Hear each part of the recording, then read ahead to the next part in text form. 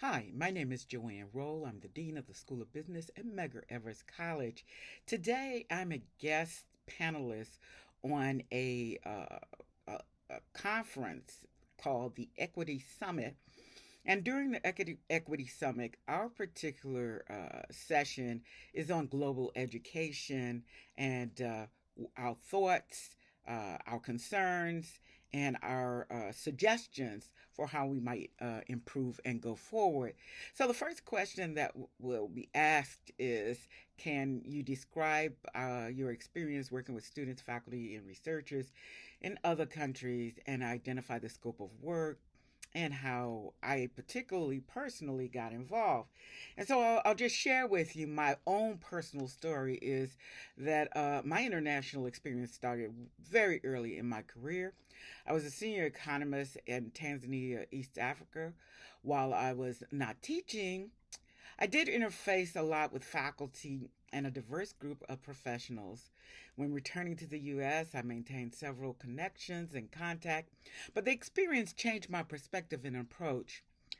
When I finally did transition into the academy, I was a believer and a practitioner of peer to peer engagement and working in collaboration with others in the industry and in the community, and that is to include the government as well. Found a lot of experience in that broad spectrum. However, my involvement with international faculty started in Mexico with my colleague, my friend, and my mentor, Professor Roger Kaufman. And Roger recently passed the end of last year. He was a global expert in performance management assessment. At the time of his parting, he had over 300 published books and articles. He was a member of my industry advisory council in several different places. Uh, you know, he was very close and he kind of shepherded me and taught me how to engage with other cultures in the academic academy. We started with Mexico, and there were other areas in place. He reviewed much of my work and much of my thoughts. Sometimes he agreed and sometimes he didn't agree. But I'm just sharing with you how important it is to have a mentor, someone who's doing what it is you think you might want to do and can help you along the way. But my real drivers, to be honest, are my students. Shortly after I arrived at Medgar Evers College, my students indicated they wanted to travel and study in China. Now, most people who know about my student backgrounds, they're mostly from the Caribbean and a few from Africa and Latin America. So, having a group of students wanting to study, and our field of study was entrepreneurship in China was different. And we worked for a year in search of funding. We got very good at telling our stories. And then the universe opened up all at once. We were eventually funded for over $1 million given the three sources we had. We traveled with a group of students and faculty to China twice, Japan, Thailand, Kenya three times, Italy, Chile, Costa Rica, the Dominican Republic, and Jamaica, all funded by the grant. We also had two international conferences or on social entrepreneurship because that's what the students wanted to study. That's what drove them. They weren't interested in business for the sake of business, but business to help their community. And the other conference was on corporate social responsibility. So one at the end of entrepreneurship, the other at course uh, developing the corporate social good.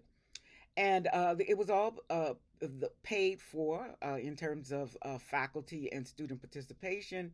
And we were also able to bring students and faculty over to Medgar. The students and faculty came from Chile, Jamaica, and Kenya. To attend our conferences. Later, faculty published well over 10 papers. We've been at this for about 5 or 6 years. We've authored several articulation agreements and created published case studies. Currently, we have a backlog of folks who would like to articulate with us from Pakistan, India, Vietnam, and Bangladesh. We now co host an international conference annually with our United Kingdom partners where over 100 academic papers from over 37 countries over a 3 day period. It previously was face to face around April in New York City. This last time was virtual, and our next conference will be also virtual. Our students and our alumni have co authored and also presented. And I'm very proud that one of our alumni that launched and operated his business sourced with goods made in Kenya by using contacts while he was a student traveling with the college.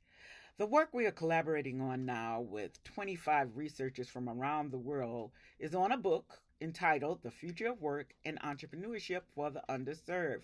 We had hoped to have the book published in March. This weekend, we actually met with the publisher and pushed back the publication date to May. And we'll do an official launch to coincide with our international conference in June. The journey has been exciting, watching both faculty and students grow as they engage with others globally. They see our difference, they see our similarities, and realize we have much more to gain by working together.